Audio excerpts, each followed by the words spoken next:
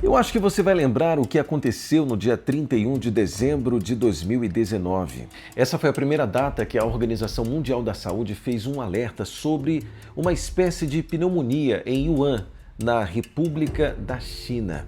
Isso foi o início de uma preocupação mundial. Uma semana depois, em 7 de janeiro de 2020, as autoridades chinesas confirmaram que haviam identificado um novo tipo de coronavírus. O que veio depois, você já sabe. Em 30 de janeiro de 2020, a Organização Mundial da Saúde declarou que o surto desse novo coronavírus constituía uma emergência de saúde pública de importância internacional, o mais alto nível de alerta da organização, conforme previsto no Regulamento Sanitário Internacional. Em 11 de março de 2020, a mesma Organização Mundial da Saúde declara que o novo coronavírus é uma pandemia. E a partir de então, a gente já conhece o desfecho. Todos os países, cidades grandes e populações se preocupando com uma pandemia que tiraria a vida de muita gente. Mas agora existe uma nova preocupação, um novo vírus que está surgindo e que está levando a Organização Mundial da Saúde a olhar mais de perto e acender um alerta. É sobre esse assunto que a gente conversa agora no Mundo de Fato.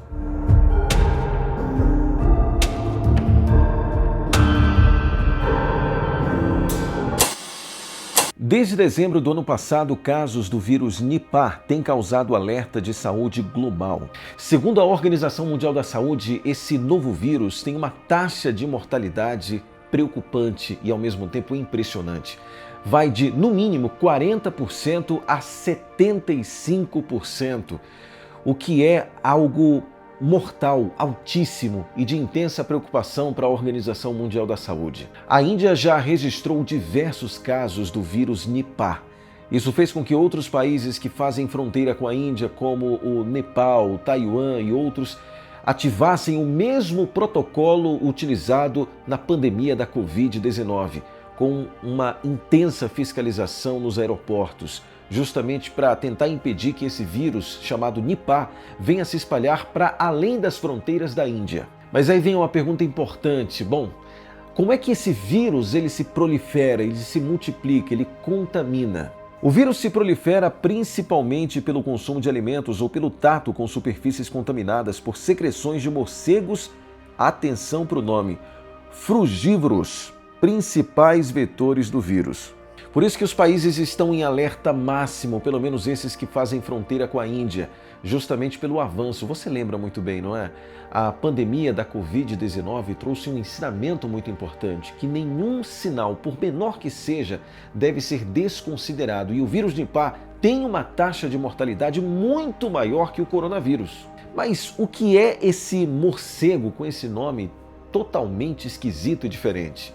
Os morcegos frugívoros, conhecidos também como raposa voadora, estão no centro de uma cadeia silenciosa que explica por que o vírus Nipah preocupa autoridades de saúde ao redor do mundo. Esses morcegos eles são capazes de carregar o patógeno, o vírus, sem qualquer sintoma. Isso significa que eles são grandes piscinas, reservatórios desse vírus. E essa é a grande preocupação. Afinal de contas, eles estão carregando um vírus altamente mortal.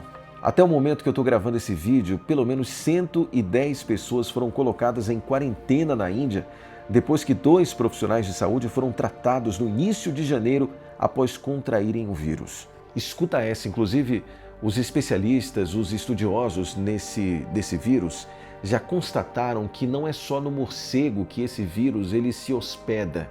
Ele também é capaz de sobreviver nos porcos, ou seja, ele saiu do morcego, da raposa voadora, como é popularmente chamado, e foi para porcos. Os porcos também atuaram como hospedeiros intermediários, para depois então chegar às pessoas, especialmente nas zonas rurais e de produção intensa. Inclusive, esse foi o primeiro surto que houve, até porque não é a primeira vez que se ouve falar do vírus Nipah. Em 1999, na Malásia, já houve registro de um tipo de surto, justamente por conta dos porcos.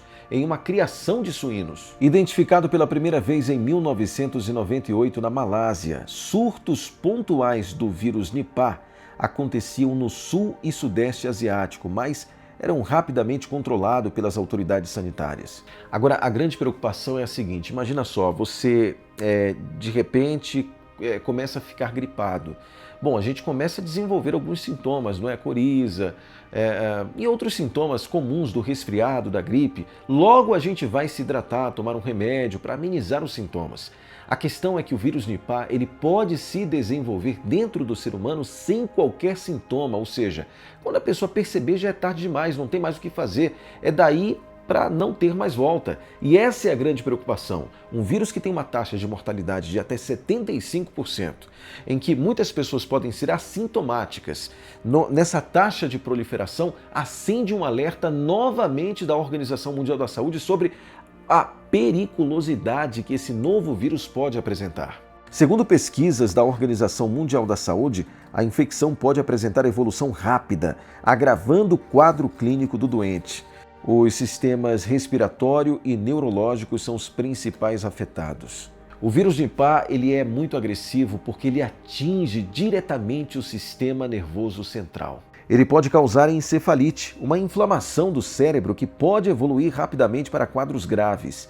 Infecções respiratórias agudas podem ser apresentadas após o comprometimento neurológico. Olha, os sintomas iniciais do vírus Nipah é dor de cabeça, febre, algo que até se confunde com outras doenças que a gente já conhece. Em alguns dias, o quadro pode evoluir para alteração do nível de consciência, com risco de sequelas neurológicas e até a morte. Agora um detalhe importante, a Organização Mundial da Saúde, que é a mesma instituição que está monitorando a evolução do vírus Nipah, diz o seguinte, que esse vírus, a proliferação dele atualmente na Índia, por enquanto, está no nível moderado. Significa que não é tão grave quanto a gente pensa no sentido de se tornar algo como o coronavírus, uma pandemia, uma crise internacional. Até porque o morcego raposa, ele é específico dessa região. Por exemplo, aqui na América do Sul, a gente não tem registro desse tipo de animal por aqui. E ele se prolifera nesse tipo de espécie. Por isso que, pelo menos aqui no Brasil, a chance de um vírus desse se proliferar é muito pequena. Estudos epidemiológicos que analisam a distribuição de doenças evidenciaram que não existem evidências de cadeias prolongadas de transmissão comunitária. Em outras palavras, o que a OMS está dizendo é calma, não tem motivo para surto. É apenas uma investigação que a prudência da Organização Mundial da Saúde exige. Surgiu um vírus com uma taxa de mortalidade tão alta, a gente vai monitorar, vamos ficar de olho. É isso que a Organização Mundial da Saúde está fazendo e, ao mesmo tempo, orientando as pessoas para não elevarem a um nível de preocupação desnecessário, pelo menos por enquanto. Mas olha, tem muita gente utilizando esse tema para dizer, nossa, uma nova pandemia global, longe disso. Isso, pelo menos, é difícil de acontecer, até porque o animal vetor desse vírus, ele não existe, não se prolifera, pelo menos aqui na América. É algo específico da Índia e, consequentemente, dos países que estão ali ao redor. A questão é, e aí? Você está preocupado com isso ou não? A gente vai continuar pesquisando a evolução desse caso e trazendo para você aqui no Mundo de Fato informações sobre esse assunto importante, relevante e que está todo mundo falando. Até o próximo vídeo, ó. Não esquece de fazer a tua inscrição aqui no canal. Tchau!